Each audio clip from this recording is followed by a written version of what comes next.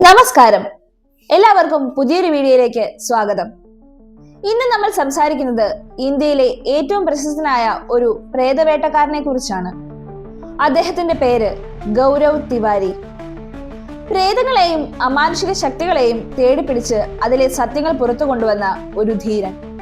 പക്ഷേ അദ്ദേഹത്തിന്റെ മരണം ഇന്നും ഒരു ചോദ്യചിഹ്നമായി നിലനിൽക്കുന്നു. ആരാണ് ഗൗരവ് തിവാരി? പൈലറ്റ് ആകാൻ പഠിച്ച ഒരാളായിരുന്നു ഗൗരവ്.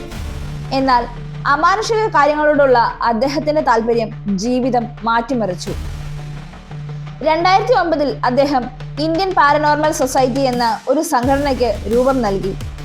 ശാസ്ത്രീയ ഉപകരണങ്ങളും സാങ്കേതിക വിദ്യകളും ഉപയോഗിച്ച് പ്രേതബാധയുള്ള സ്ഥലങ്ങൾ കണ്ടെത്തുകയും അവിടുത്തെ രഹസ്യങ്ങൾ അന്വേഷിക്കുകയും ചെയ്യുക എന്നതായിരുന്നു ഗൗരവിന്റെ ലക്ഷ്യം. ക്യാമറകൾ, തെർമൽ സെൻസറുകൾ, EMF മീറ്ററുകൾ തുടങ്ങിയ അത്യാധുനിക ഉപകരണങ്ങൾ ഉപയോഗിച്ചാണ് അദ്ദേഹം ഓരോ സ്ഥലത്തും പരിശോധന നടത്തിയത്. ഭയത്തേക്കാൾ വലുത് അറിവാണെന്ന് അദ്ദേഹം പലപ്പോഴും പറയുമായിരുന്നു. ഇന്ത്യയിലെ ആയിരക്കണക്കിന് സ്ഥലങ്ങളിലെ പ്രേതബാധ അദ്ദേഹം അന്വേഷിച്ചിട്ടുണ്ട്. ആളൊഴിഞ്ഞ ബംഗ്ലാവുകൾ, പുരാതന കോട്ടകൾ, പ്രേതബാധയുണ്ടെന്ന് വിശ്വസിക്കുന്ന ശ്മശാനങ്ങൾ, അങ്ങനെ പല സ്ഥലങ്ങളും.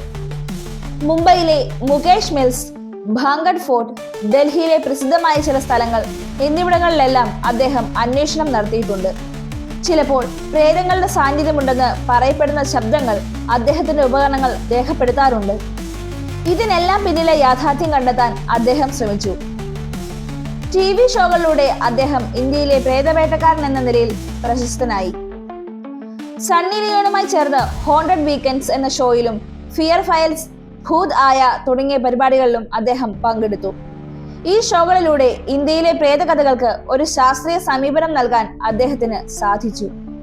2016 ജൂലൈ 7 ഗൗരവ് തിവാരിയെ ഡൽഹിയിലെ അദ്ദേഹത്തിന്റെ വീട്ടിലെ കുളിമുറിയിൽ ദുരൂഹ സാഹചര്യത്തിൽ മരിച്ച നിലയിൽ കണ്ടെത്തിയത്. കഴുത്തിൽ ഒരു കറുത്ത പാടുണ്ടായിരുന്നു. പോലീസ് ഇത് ആത്മഹത്യയാണെന്ന് പറഞ്ഞ് കേസ് അവസാനിപ്പിച്ചു. എന്നാൽ ഗൗരവിന്റെ കുടുംബം ഇതിനെ എതിർത്തു. ഒരു മാസം മുൻപ് തന്നോട് ഒരു നെഗറ്റീവ് എനർജി തന്നെ പിന്തുടരുന്നുവെന്ന് ഗൗരവ് പറഞ്ഞിരുന്നതായി അദ്ദേഹത്തിന്റെ ഭാര്യ വെളിപ്പെടുത്തി. ഈ മരണത്തിന് പിന്നിൽ പ്രേതങ്ങളോ അമാനുഷിക ശക്തികളോ ആണോ എന്ന് പലരും സംശയിച്ചു. എങ്കിലും പോലീസ് റിപ്പോർട്ട് ആത്മഹത്യയാണെന്ന് തന്നെ പറയുന്നു.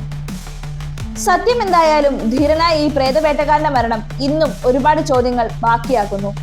ഭയത്തെ ശാസ്ത്രം കൊണ്ട് നേരിട്ട ആ മനുഷ്യന്റെ ഓർമ്മകൾക്ക് മുന്നിൽ പ്രണാമം. നിങ്ങളുടെ അഭിപ്രായങ്ങൾ കമന്റ് ബോക്സിൽ അറിയിക്കൂ. ഈ വീഡിയോ ഇഷ്ടപ്പെട്ടെങ്കിൽ ലൈക്ക് ചെയ്യാനും ഷെയർ ചെയ്യാനും മറക്കരുത്. കൂടുതൽ വീഡിയോകൾക്കായി ഞങ്ങളുടെ ചാനൽ സബ്സ്ക്രൈബ് ചെയ്യുക. നന്ദി.